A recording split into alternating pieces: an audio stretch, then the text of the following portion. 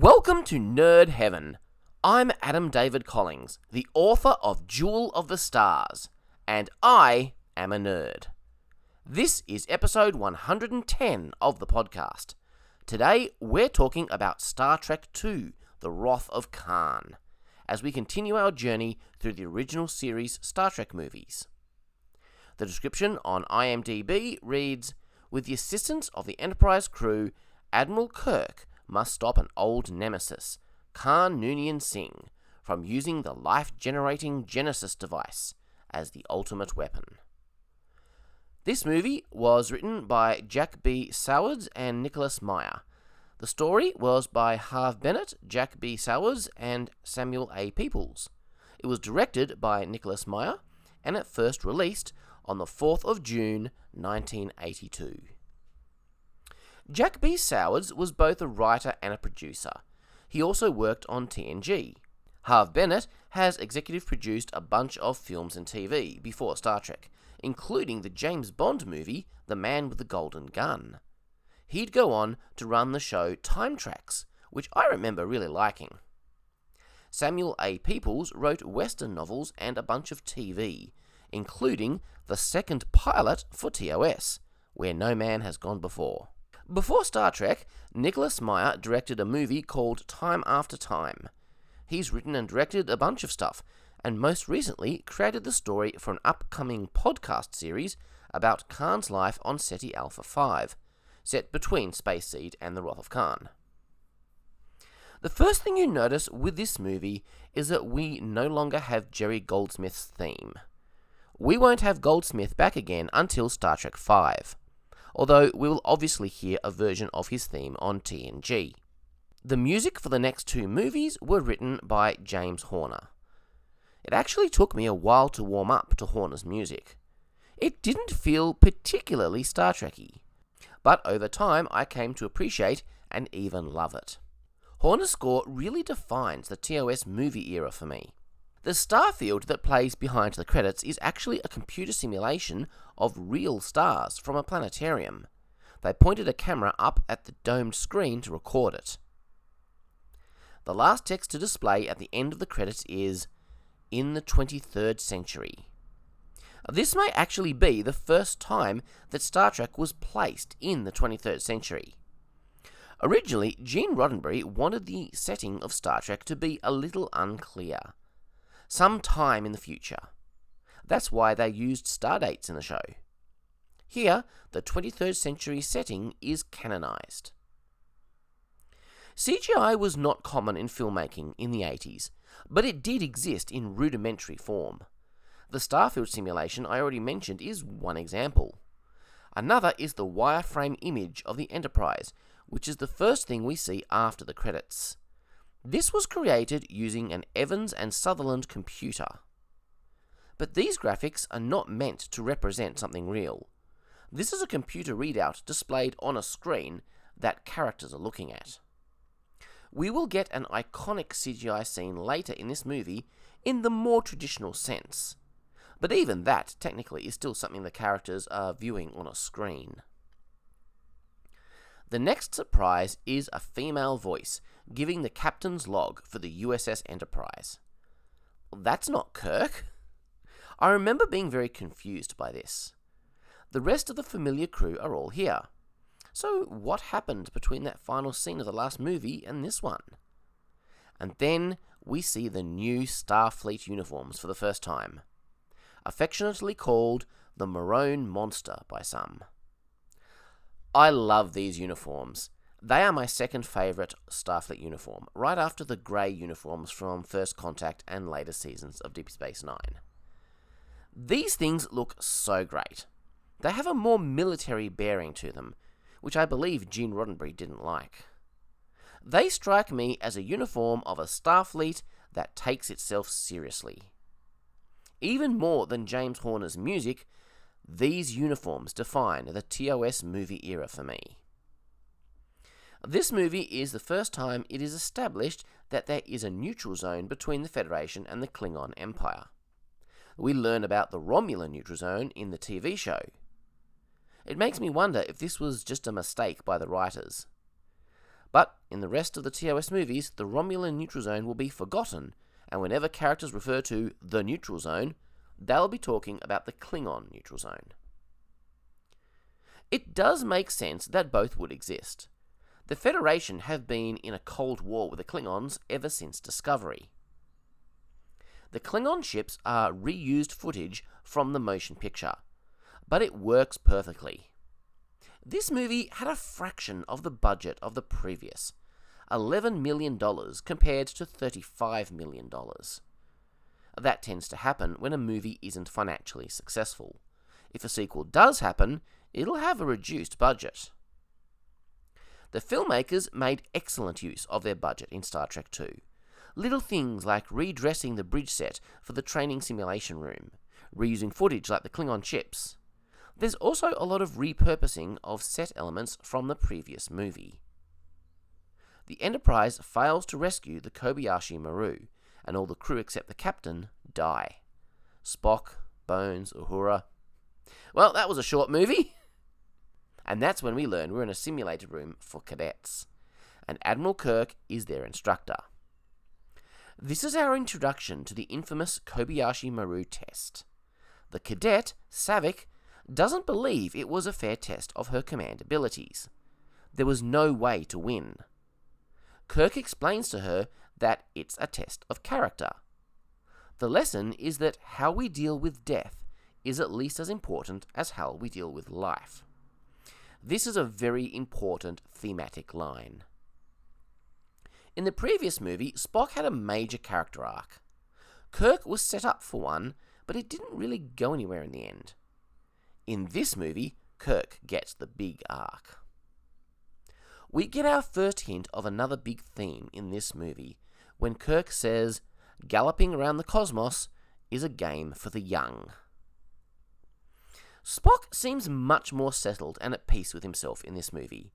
There's a serenity about him, the result of his arc in the previous movie.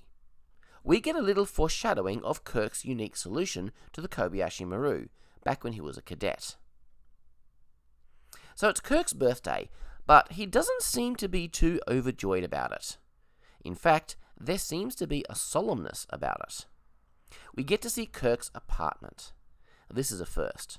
We've never seen any of our characters' homes on Earth before. It's pretty cool.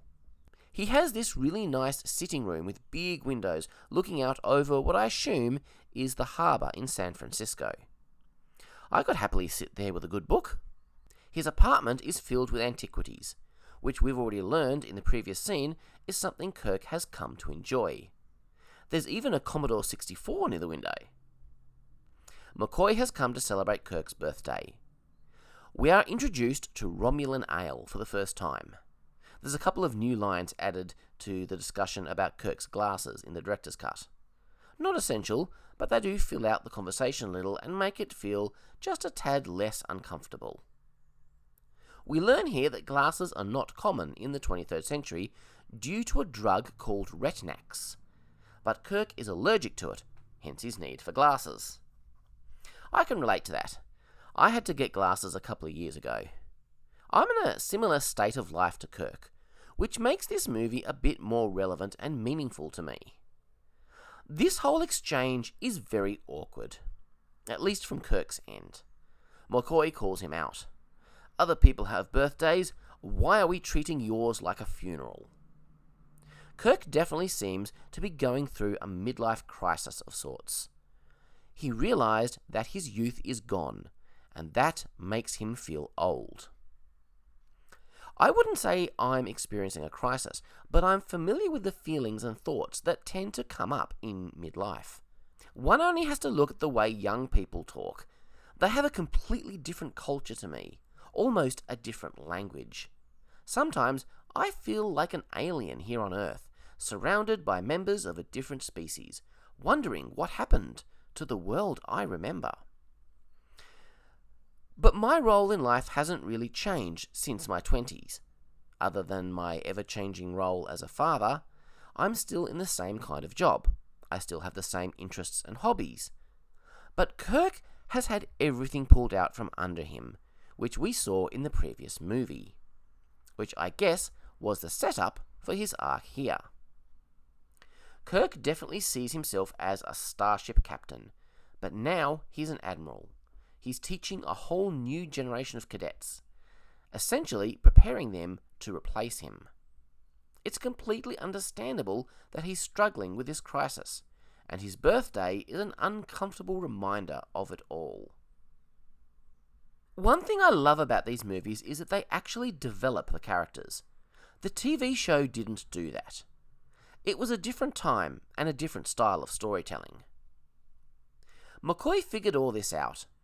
It's not really about age. He suggests that Kirk try to get his command back. He drives things home really well when he says, "Get back your command before you become a part of this collection, before you really do grow old." That line confused me somewhat when I was in my early 20s. So, is he old or isn't he? But the truth is, middle age is not old age. It might feel a bit like it when you look back over your shoulder, but when you look forward, you see there is still so much ahead. You're not old yet. There's still time to seize your destiny. We shouldn't squander the time we actually still have left looking backwards, thinking it's all over. This is a great message, but it'll take the rest of the movie for Kirk to really get it. Star Trek II means so much more to me now. Okay, time for a big shift now. 12 minutes in, and this is our first scene in space. Chekhov has been given a big promotion. He's now First Officer of the USS Reliant. Walter Koenig was given a really good role in this movie. A big step up from anything he was given in the show, or even the previous movie. Sadly for him, this will be the pinnacle for him. The Reliant is a pretty cool ship. This is the first Starfleet ship we've seen that wasn't the same class as the Enterprise. The idea behind the design of the Miranda class was to do an upside-down Enterprise. It's very creative, but still very much feels Starfleet. The Reliant is on a scientific mission, looking for a lifeless planet in relation to Project Genesis. We'll hear a lot more about that over the next 3 movies. Star Trek 2, 3, and 4 are all very closely linked. We get an early example of serialized storytelling in Star Trek, and it's great. Paul Winfield, who plays Captain Terrell, was kind of a big deal. He was critically acclaimed for his portrayal of Dr. Martin Luther King Jr. in 1978. He'll later make an appearance in Babylon 5 as Dr. Franklin's father, and in TNG as Captain Dathon in the fan-favourite episode Darmok. It's cool to see that Transporter Chief Kyle has also joined Chekhov on the Reliant, with a pretty massive promotion of his own to Commander. I'm amused by the difficulty they seem to be having locating a completely lifeless planet. From what we've been able to figure so far, lifelessness is very much the default in our universe. Earth seems to be unique in that it contains life. Even in the world of Star Trek, which is brimming with habitable planets and alien civilizations, there still should be a multitude of lifeless rocks in space. We meet Dr. Carol Marcus here. From the beginning, it's clear that she is a woman who values ethics very highly. There can't be so much as a microbe present on a world if her experiment is to be carried out there. She values life in all its possible forms and will not be responsible for the destruction of such life. David tells her not to have kittens. She responds by saying, "No respect for my offspring." I always found that really weird, considering David is her offspring. We don't know he's her son yet, but the characters both do. We see a very different portrayal of Starfleet in this movie. David says that every time they have dealings with Starfleet, he gets nervous. They are dealing with something that could be perverted into a dreadful weapon. Star Trek fans have long debated whether Starfleet is a military. Gene Roddenberry was adamant that it wasn't. I'm of the opinion that, yes, it absolutely is a military, except it also isn't. It's a strange beast. It has no parallel in the real world. Starfleet's mission is not primarily one of a military nature. It exists for scientific endeavours and exploration. And yet, It is also the sole defense force of the Federation. When wars are fought, it's Starfleet that does the fighting. They use military ranks and a military command structure. Starfleet is heavily based on the US Navy. I'm quite happy existing in that paradox, personally. This movie emphasises the military aspect of Starfleet much more. David clearly views them as a military organisation. In fact, later, we'll see that he sees an enmity between scientists, his people, and the military, Starfleet. Forgetting that Starfleet has its own scientists. What he's really seeing is a conflict between civilians and Starfleet. But even then, that conflict isn't real. But I'm getting way ahead of myself. We learned that Carol used to know Kirk. Ceti Alpha 6 looks pretty cool, at least what we can see of it through all the dust. Tricorders say there is some life nearby, but how could anything survive here? They find some old cargo carriers. Somebody has obviously been marooned here. They've been set up like little houses. It's no accident that Moby Dick is one of the books on the shelf. When Chekhov sees the name Botany Bay on the seatbelt buckle, he freaks out. He knows what that means. Of course, Botany Bay is a much more recognisable reference to me as an Australian than it would be to the average Star Trek fan. I always enjoy it when Australia gets a mention in Trek. It was especially fun to hear mention of my home state, Tasmania, in Deep Space Nine's past tense. Before they can escape, a band of hooded figures appears. As their leader removes his head covering, we get the big reveal. It's Khan Noonien Singh from the TOS episode Space Seed. So we all know how odd it is that Khan recognises Chekhov, who wasn't in Space Seed, and didn't even join the cast until Season 2. My headcanon is simple. Chekhov was already on the ship, we just never saw him on screen. He probably didn't work on the bridge yet. He might have even still been a cadet, like Uhura was in the first season of Strange New Worlds. They must have run into each other at some point during the course of the episode. The movie does a good job of getting new viewers up to speed who may not have seen Space Seed. In fact, I saw this movie a number of times before I saw Space Seed. So here's another targ in the room. When Space Seed was made, the year 1996 seemed like a long way in the future. A little less so when this movie was made. Obviously, I don't remember the eugenics wars and the launch of the Botany Bay happening while I was at university. Star Trek fans have handled this in various ways. Deep Space Nine quietly retconned it by suggesting the eugenics wars happened in the 22nd century, not the 20th. Strange New Worlds retconned the whole thing, making it happen in the 21st century, but also suggesting that various temporal incursions had caused this change. That episode also made the eugenics wars and World War III one and the same, which kind of annoyed me. As much as I don't like it, this is now the canon answer. But my preferred approach is the one taken by the eugenics wars novels written by Greg Cox. These books used the secret history genre to suggest that yes, the events did in fact happen in the 90s, but we simply didn't use the term eugenics wars. In fact, Khan did rise to power and cause lots of problems in the world, tying in various real historical events from the 70s, 80s, and 90s. The books didn't manage to pull off this concept perfectly, but I still really like it. The next bit has some problems. Chekhov and Terrell think they are on Ceti Alpha 6. Khan was left by Kirk on Ceti Alpha 5. It turns out Ceti Alpha 6 exploded, altering the orbit of Ceti Alpha 5, laying waste to the harsh but livable planet. They are currently standing on Ceti Alpha 5. Okay, let's lay aside how a planet could suddenly explode. I'm sure there was some reason. But clearly it had been a barren, lifeless world, because that's what Chekhov expected to find.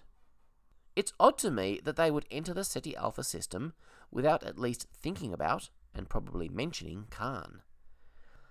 But for a Starfleet science ship to enter a system and not notice that one of the planets is missing, and actually beam down to the wrong one, keeping in mind that they've been conducting detailed scans. They're not just passing through. Well, I always had real trouble swallowing any of this. It's also kind of sad that nobody from Starfleet, Kirk or otherwise, ever bothered to check on Khan's progress. But Khan has a realization. If these two thought they were beaming down to SETI Alpha 6, then they're not here to check on him. They must be here for some other reason. He wants to know what it is. And since neither Starfleet officer is interested in talking, Khan uses more aggressive techniques to get the information he wants. In what can only be described as a horror scene, Khan implants SETI eels, the only surviving indigenous life form, into their ears. It will make them susceptible to suggestion before eventually driving them mad and killing them. We learn that one of them killed Khan's wife, Lieutenant Marla MacGyvers. The Starfleet insignia Khan wears around his neck belonged to her. I've got to say, the eels look very cool. Nice alien effect work. While harvesting the baby eels, Khan says a bunch of stuff. I was never able to understand what he was saying. So this time I turned on the subtitles to figure it out once and for all. Turns out he says, "Not all at once, and not instantly to be sure." Well, that doesn't help. Maybe I did hear it mostly correctly, but I'm still not sure what he's on about. Oh well. Admiral Kirk and his senior crew arrive on the Enterprise. It makes sense why Kirk is here. His job is to assess the cadets on their training cruise. Spock makes sense as well. He's their main instructor. It's a little less clear why Scotty, Uhura, McCoy, and Sulu are here. Are they all working at Starfleet Academy now? I think they're basically here so that they can be in the movie. We first meet engineer's mate Peter Preston in this scene. Weird how Kirk randomly picks out a junior officer and asks him his name. But out of universe, it serves to introduce the character and give us some sympathy for him, as he'll have more significance to the plot later on. Savick observes to Spock that Kirk is so human. An odd thing to say, since he is indeed human. But we'll flip this line on its head at the end of the movie, so it serves as some thematic foreshadowing. Kirk and Preston have a bit of a weird exchange in the engine room. Kirk is having a little fun with Preston, but Preston is taking the conversation very seriously. Their acting style for Peter Preston kind of feels like we're back in TOS somehow. This scene was cut from the theatrical version, but the next part of this scene is really important. Scotty makes it clear that Preston is his nephew. He's very eager to get into space. I guess Scotty's sister raised her family in America, given Preston's accent. This family connection is vital to a scene later on. Its removal guts the emotion of the film, so I'm delighted to see it restored. Kirk is bored with inspection very quickly and decides it's time for a training cruise to put the cadets through their paces. The lighting on the bridge set is much darker than it was in the motion picture, making it look very different. It's amazing the effect lighting can have. Spock gives Savick a command to pilot the Enterprise out of space dock. She's not at the helm, but she's giving the orders. This is logical. She's got to learn somehow. She's never done this before. Kirk is very nervous. I kind of get this. I've been teaching my daughter to drive. In the really early days, you can sometimes feel a little nervous. But it's important to stay calm and have a little faith in the one you're teaching. They're already nervous enough themselves, after all. There's a lot of reused footage with the shuttle docking and the Enterprise leaving space dock, but Horner's very different musical score gives them a whole new life and makes them seem like they are new shots. Chekhov calls Marcus on Regular 1. He tells her that SETI Alpha 6 has checked out and they're on their way. The Reliant's arrival at Regular 1 is not expected. Chekhov tells her that Starfleet is taking over. All materials and equipment are to be handed over to him, which outrages the civilian scientists and only gives credence to David's paranoia about Starfleet. Of course, Starfleet are not behind this. It's all Khan's doing. He has learned about the Reliance mission and now wants Genesis for himself. While it was designed as a tool to help people, Khan immediately sees its potential as a weapon. Incidentally, so will Krug in Star Trek III. When pressed, Chekhov blames Kirk for the order, which prompts Carol to contact the Enterprise, launching the main plot of this story forward. In terms of story structure, we could say that Khan's capture of Chekhov and Tyrell is the inciting incident, while Carol's call to Kirk is the first plot point. Saavik is still bothered by her performance on the Kobayashi Maru, and will continue to press Kirk about it throughout the movie. The call from Marcus comes in. McCoy's reaction to hearing this always made me think the movie was referencing a character we'd seen before. Later, when I went back and watched all the TOS episodes, I kept waiting for the one that would introduce Carol Marcus to us as a love interest for Kirk. But it never happened. Carol Marcus was a new character for this movie. However, in the early planning stages, they considered using the character Janet Wallace, Kirk's old lover from the episode The Deadly Years. Maybe that's why this whole thing feels like we should already know her. But I guess somewhere along the way, they decided to create a brand new character. I wonder if it's because they couldn't get the actress from the original episode. You may remember the episode The Holiest Thing of the fan-made series Star Trek New Voyages. I covered it previously on the podcast. That episode introduced a younger Carol Marcus to Kirk in the TOS era. But we now have a canon introduction to their relationship. In the Strange New Worlds musical episode Subspace Rhapsody, we learn that Kirk is in a relationship with Carol Marcus, and that she is pregnant. This is while Kirk is still a lieutenant and has not yet taken command of the Enterprise. And based on the assumption that David is about 24, this lines up in the timeline pretty near perfectly. In the Kelvin universe, things happened differently. Kirk first met Marcus during Star Trek Into Darkness, where she came aboard the Enterprise as a Starfleet science officer. It's not overly surprising that in the more tumultuous timeline, she would go into Starfleet, rather than remaining a civilian like she did in the Prime universe. Carol's message to Kirk keeps cutting out, blocked by Khan. Kirk gets just enough information to entice him to come investigate, bringing him exactly where Khan wants him. Kirk doesn't want to step on Spock's toes. He won't take command. He just needs a ride to regular. Spock won't take emotional offense at Kirk's assuming command. Spock now tells Kirk the same thing that McCoy told him earlier. It was a mistake for you to accept promotion. Commanding a starship is his destiny. The same advice from his two friends. The two friends that represent the different aspects of Kirk's personality. Spock, his intellect and logic. McCoy, his compassion and emotion. It's going to be hard for Kirk to ignore when both are telling him the same thing. During this conversation, Spock quotes a line that will be thematically important for the next 3 movies. The needs of the many outweigh the needs of the few. This trilogy will explore that notion, but also challenge it. It's all very interesting stuff. I love how comfortable Spock has become at expressing his affection and friendship to Kirk. This really is the new Spock following his character arc in the motion picture. The Enterprise jumps to warp. This is the same special effect that we saw in the motion picture, but with slightly less harsh sound effects. As with most warp effects, the ship is moving away from the camera. This is the last time we'll see this warp effect in the Star Trek movies. At the end of this movie, we'll see the Enterprise flying at warp speed towards the camera. Essentially, it's the same effect, but it looks so much cooler going the other direction. I'll talk more about that when we get there. Khan's aide suggests that they have already defeated Kirk by escaping. They don't need to defeat him again. The crew just want to go on with their lives. But Khan is obsessed with revenge. This is the first time he quotes Moby Dick.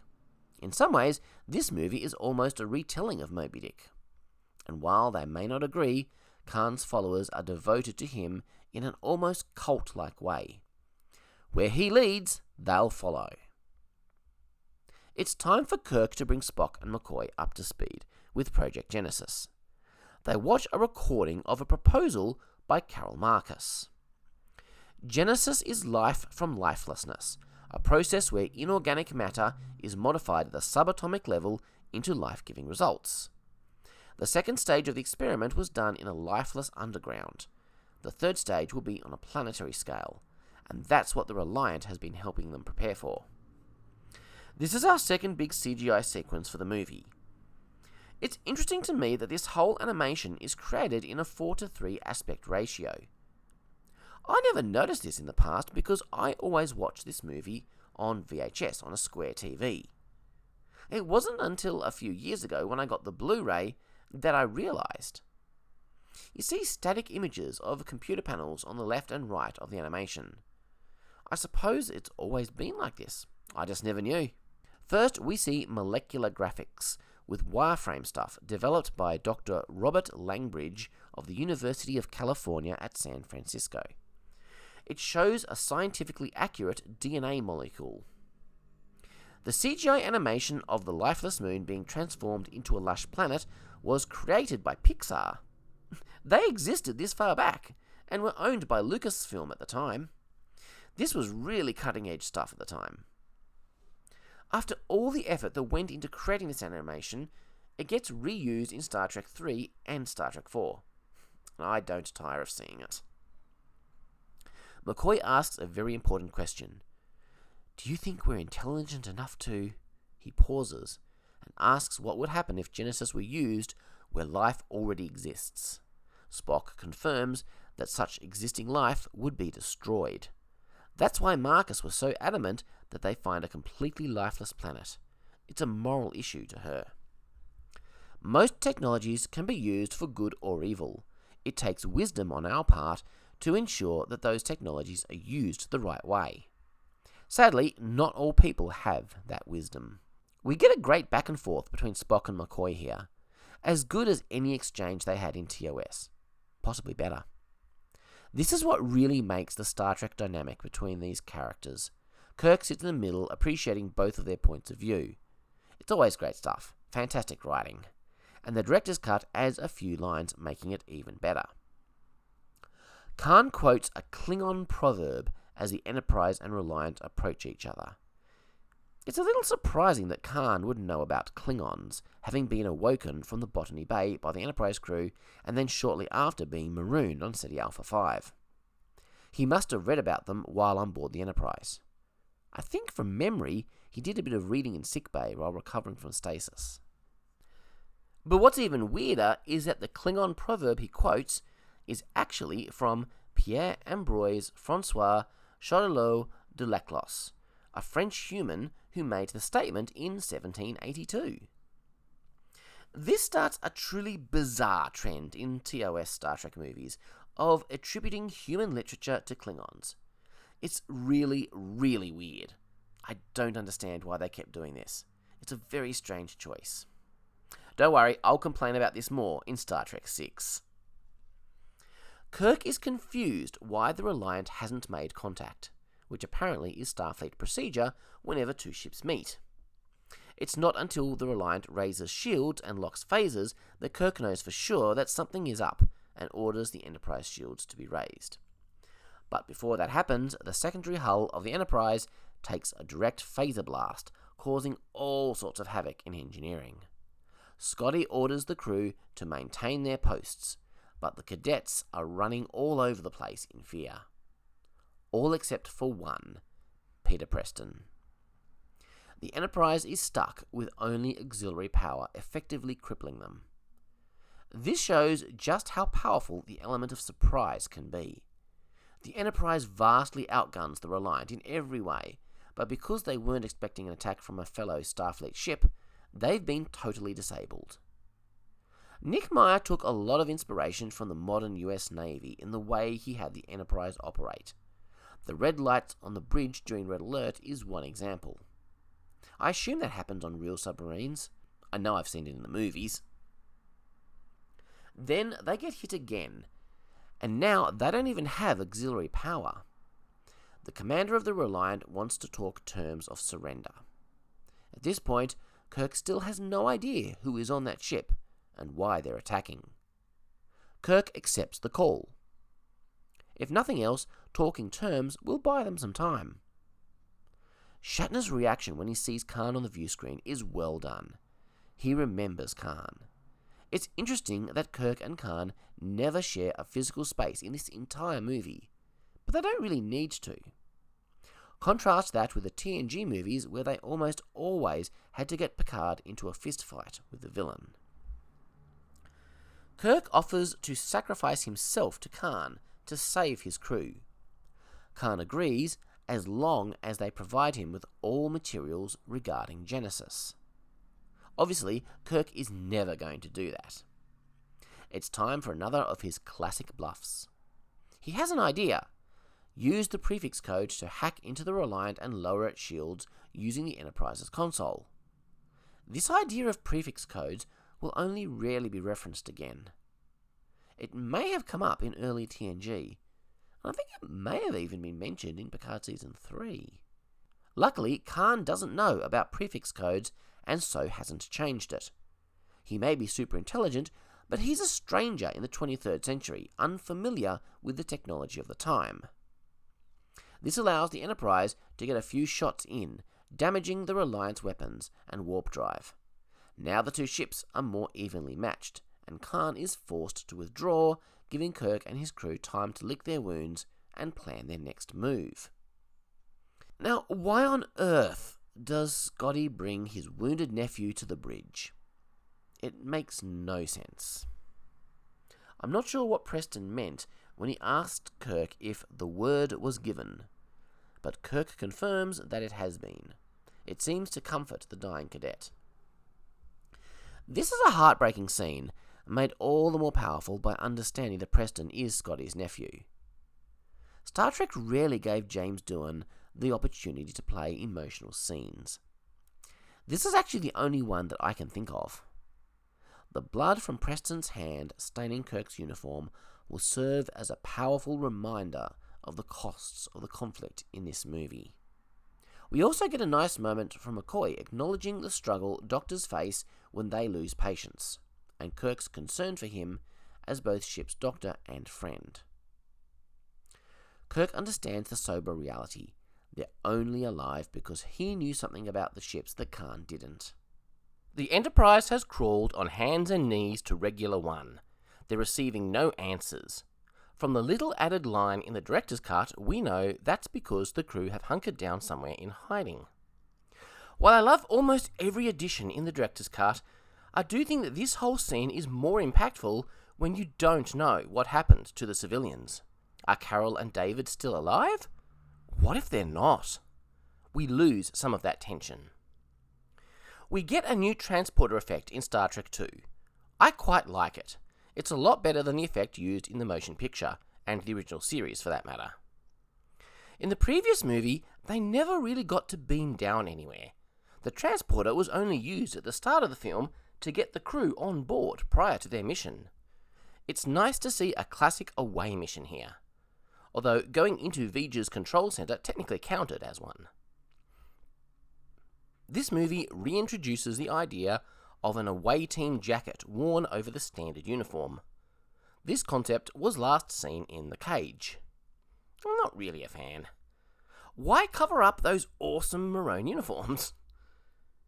There's definitely some horror elements to this scene as they quietly search the creepy abandoned space station, and a nasty jump scare, complete with a music sting from James Horner, guaranteed to send jolts down your spine, as McCoy comes face to face with a blood-covered dead body. The civilians have been killed and hung upside down. Our worst fears for Carol and David seem to be realized. But they are not here. Uhura's unending attempts to raise someone on the station after it's clear nobody is answering, and the away team are investigating, seems to annoy Savick as much as it annoys me. I find her terse message back to Uhura somewhat amusing. Kirk finds Chekhov and Tyrell. Chekhov brings Kirk up to speed with what happened on SETI Alpha 5. They are apparently free of the SETI IL's control now. Some of the civilians have escaped with Genesis. Those murdered scientists bought escape time with their lives. So far, the Star Trek movies have been much more respectful to dead red shirts than Trek usually is. The coordinates show the scientists beamed into the centre of Regular, a lifeless rock. It seems obvious this is the location of the Stage 2 Genesis experiment. We beam down to try to find them. And they immediately find the Genesis device in the tunnels. David and his people attack the away team. Kirk asks where he can find Dr. Marcus, and David replies, "I am Dr. Marcus." That gets his attention. This must be Carol's son. Does that mean... is this his son? He asks Carol, "Is that David?" So apparently he knew what she had called their son. As soon as she sees Kirk, Carol knows he isn't behind all of this. She knows him. It seems Captain Terrell and Chekhov aren't as free of Khan's control as we thought. Before Khan beams up Genesis, he orders them to kill Kirk. They are fighting hard against the conditioning. In the end, Terrell kills himself rather than become a murderer and a traitor. And then, for reasons completely unknown, the SETI eel in Chekhov's head decides to leave his body, freeing him from its control. That is extremely convenient. Way too convenient. The movie really should have come up with something better here. Some reason for Chekhov to be free. I quite like the phases in this movie. A slight visual modernisation of the TOS phases. I think the ultimate form will be seen in Star Trek VI. As he steals the Genesis device, it occurs to Khan that he doesn't have to kill Kirk. He's got a better revenge. He'll leave Kirk marooned inside this moon for all time. Buried alive. It's a fitting revenge, but does he really think nobody will come looking for him? That nobody will rescue him? It's possible that nobody will think to look deep inside the planet if he destroys the records on Regular 1. But Starfleet people are pretty resourceful, and they know these caves exist. Anyway, it's time for that famous Kirk scream. Khan! Even people who know nothing about Star Trek and have never seen an episode or film are familiar with this line. People have criticised Kirk's scream here as overacting. Certainly, Shatner can overact a little from time to time. But the assumption is that Kirk is angry at Khan for marooning him. If that's the case, then it seems excessive and feels a little cheesy. However, we'll soon learn that Kirk doesn't expect to be marooned here forever. He and Spock have a plan. He knows he's getting out of here. The audience don't, but Kirk does. So, if Kirk knows he's getting rescued, why does he scream? It's a ruse. He's putting on a show for Khan to strengthen the deception. It means that Kirk is acting here, and Kirk is not as good an actor as William Shatner. In this light, it's actually a very well performed moment. I'll admit, I had to have all of this pointed out to me, which is kind of embarrassing. Carol reveals that these caves are not Genesis. This is just a tunnel dug out by Starfleet Corps of Engineers, filled with oxygen. She sends David off with McCoy and Savick so she can have a private word with Kirk. A talk that's been a long time coming. Savick addresses Kirk. All she says is, "Admiral?" Her intonation makes it clear that it's a question. But what is her question? She doesn't ask anything. The Star Trek movies tend to do this a lot, and I find it annoying. It feels very unnatural. Kirk responds to her unspoken mystery question by quoting Spock. "There are always possibilities." I guess she just wants some reassurance that there is some hope that they won't be trapped here forever. But for goodness sake, have her actually say that. Not just say, "Admiral," and then leave it hanging so he has to guess what she wants to talk about. Kirk says, "I stayed away. I did what you wanted." And then asks, "Why didn't you tell me?" At least, that's what I always thought he said. Shatner kinda trails off and whispers the last word. It always confused me. Did Kirk know of David's existence or not? What was it he wanted her to have told him? So, I decided to turn the subtitles on to solve the mystery. And wouldn't you know it, he actually says, "Why didn't you tell him?" That makes so much more sense. David doesn't know that Kirk is his father. Carol chose to hide the identity of David's father from him because she wanted to keep him for herself. She and Kirk lived in very different worlds. They were never going to be able to make a proper relationship work, and she wanted David in her world. It was a tricky situation, I have no doubt, but I've always thought that Carol was very selfish in this regard. Not only did she deny Kirk the chance to have a relationship with his son, she also denied David the chance to have a relationship with his father. And that really, really sucks. It's clear from Kirk's face that this wasn't what he wanted.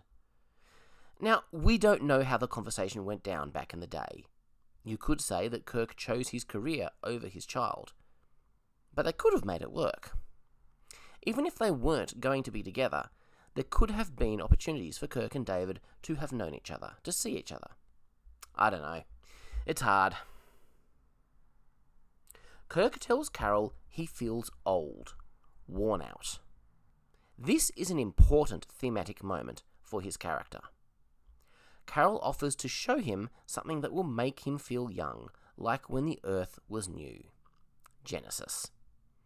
The Genesis cave looks pretty cool, although the perspective when the live-action shots are mixed with animation look really out of whack. Still, there are some beautiful visuals here that I appreciate. Khan's crew have managed to repair damage to the Reliant, but he's surprised to find the crippled Enterprise is not where he left it. Saavik is still troubled by the Kobayashi Maru test. She really wants to know what Kirk did, how he handled it. McCoy confirms he is the only cadet to ever beat the no-win scenario.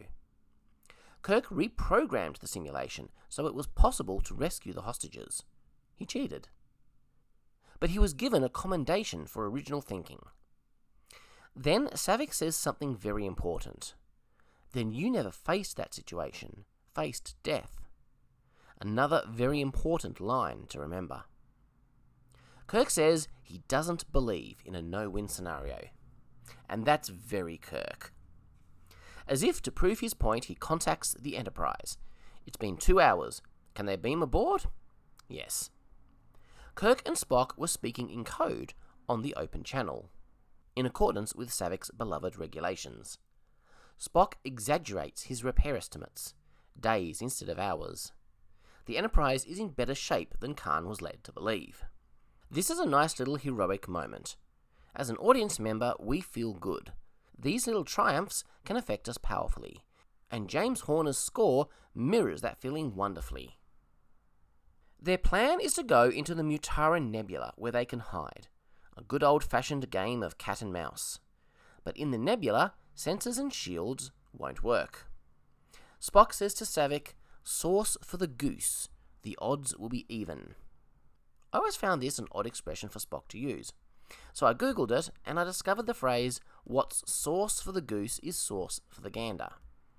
Okay, that makes sense. The same things that plague the Enterprise will also plague the Reliant. The odds, as Spock says, will be even. Except, I have never heard that expression, not in that form. I've heard a more modern phrasing, "What's good for the goose is good for the gander." So, with Spock quoting a more old-fashioned version and not fully quoting it, the reference was completely lost on me. The scene as the crew prepare for battle is where Horner's music really shines.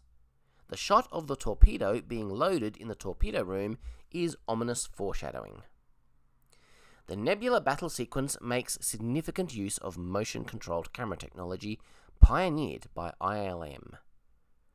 This movie gives us the visual look that Star Trek will use for nebulae for decades to come. It looks great. Sadly, it's not very scientifically accurate.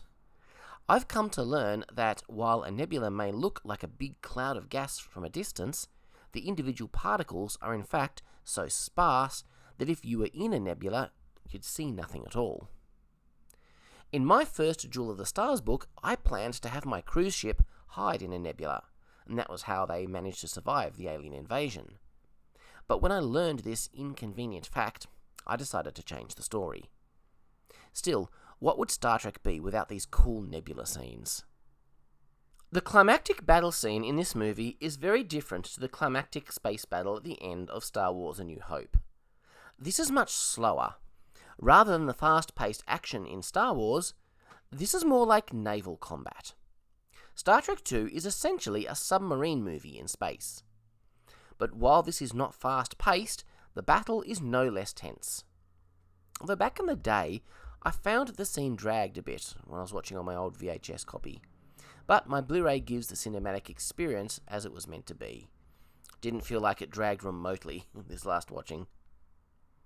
Kirk is able to goad Khan into following by appealing to his massively genetically enhanced ego and desire for revenge. Khan's aide, Joachim, is wise. They should let Kirk go. They have Genesis. They can rule the galaxy. But just like Captain Ahab, Khan can't let go of his hatred.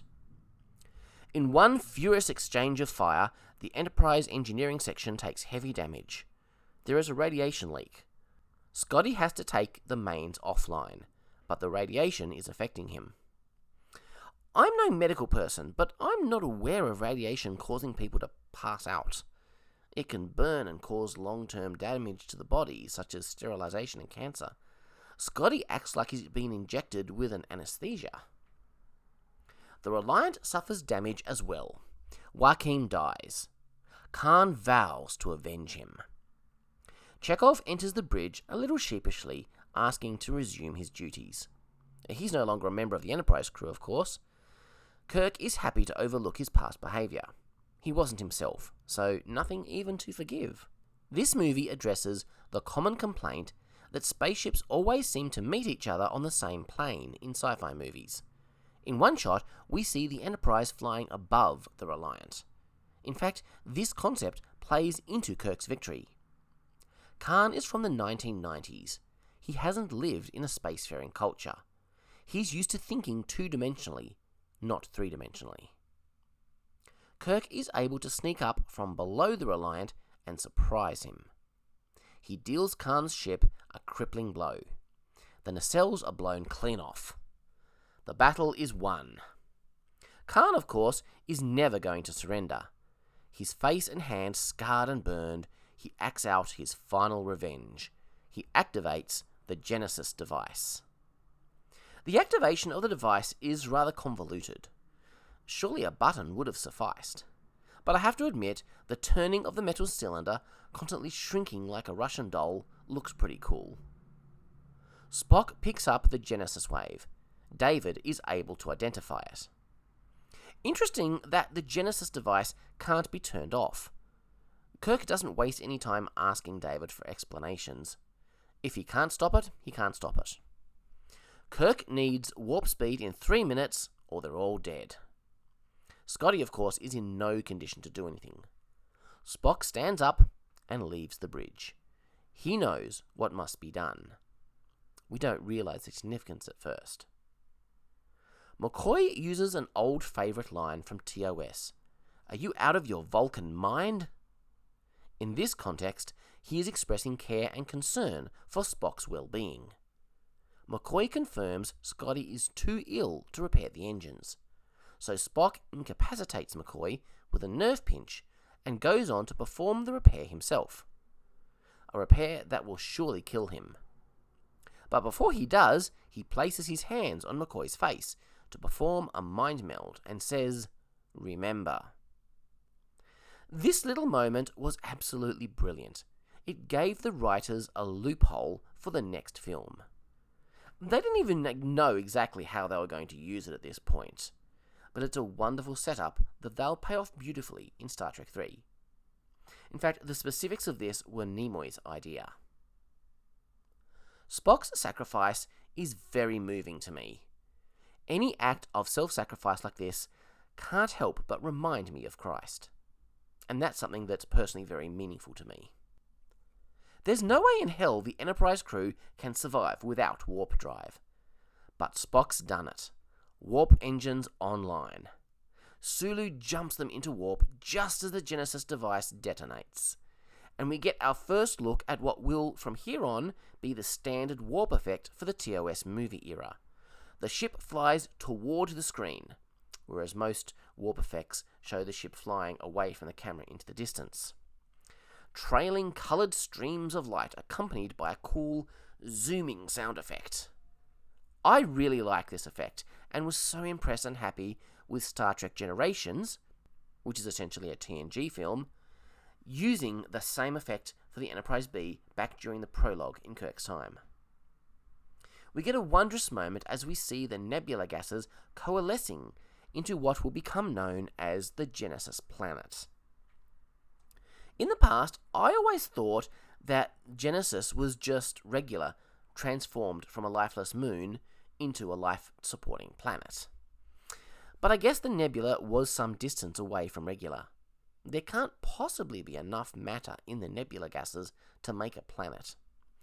But anyway, so we get to have this big, happy, triumphant moment. They've escaped. It's so awesome. But then, after we've celebrated, we're sobered by the realization of the cost. McCoy calls Kirk down to engineering. Horner breaks our heart with his music as Kirk runs through the corridors to find Spock, his face deformed by radiation. They can't let him out. It'll flood the whole compartment. Scotty's words cut deep when he says, "Jim, he's dead already." Spock still breathes, but not for long. Nothing can prevent his death at this point. Seeing Spock stumble and crash into the glass just drives the knife a little harder into our hearts. Spock wants to know that the ship is safe. To him, this action was logical. The needs of the many outweigh the needs of the few.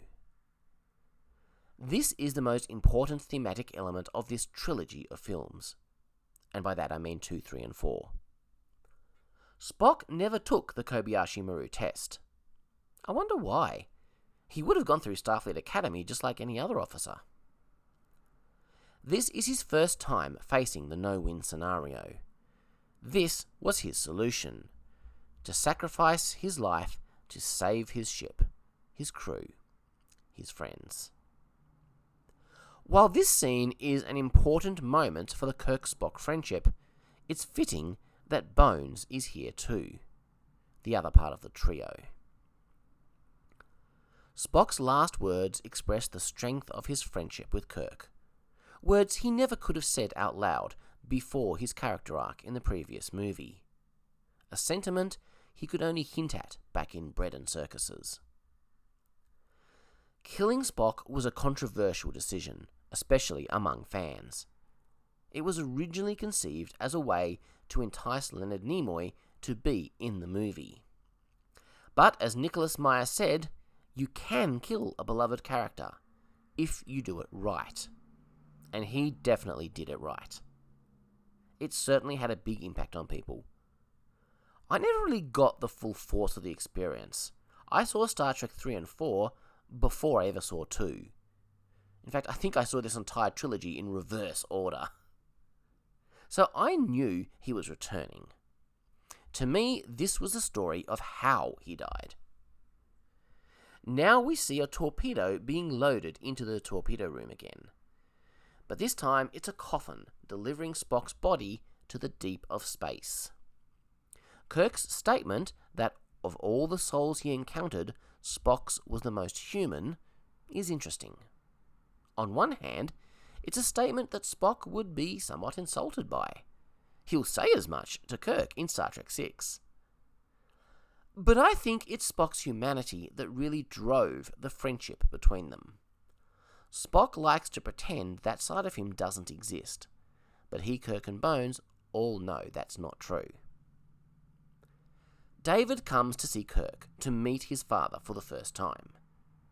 Kirk doesn't know how to deal with him. He is broken by the loss of his friend, his brother.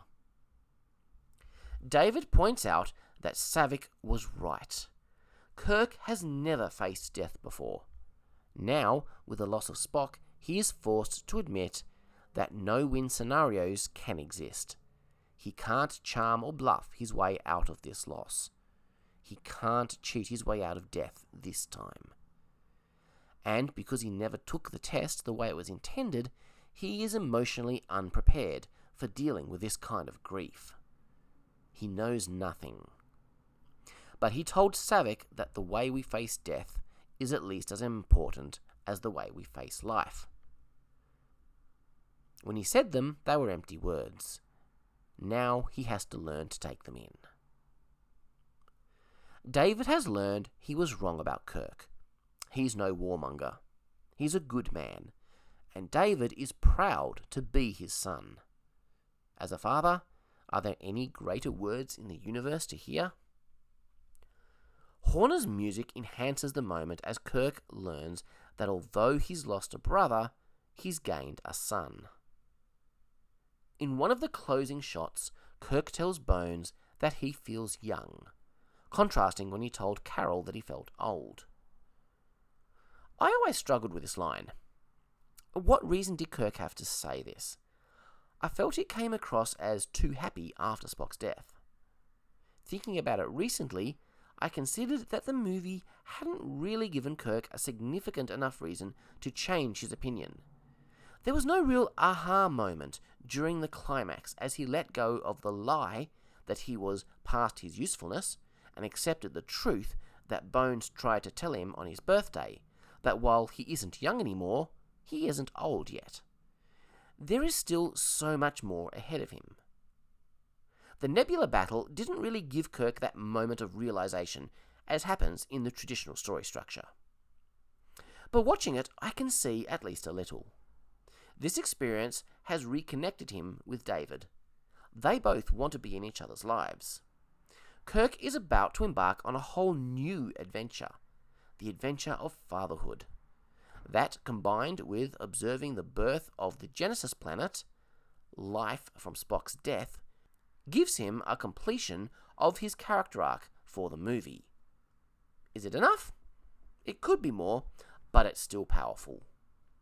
The final shot shows us Spock's coffin soft landed on the surface of the Genesis planet. We don't really know what it means, but it gives us hope. Just a tiny bit of hope that maybe the story isn't over yet. The movie ends with Spock delivering Kirk's famous words from the original series intro.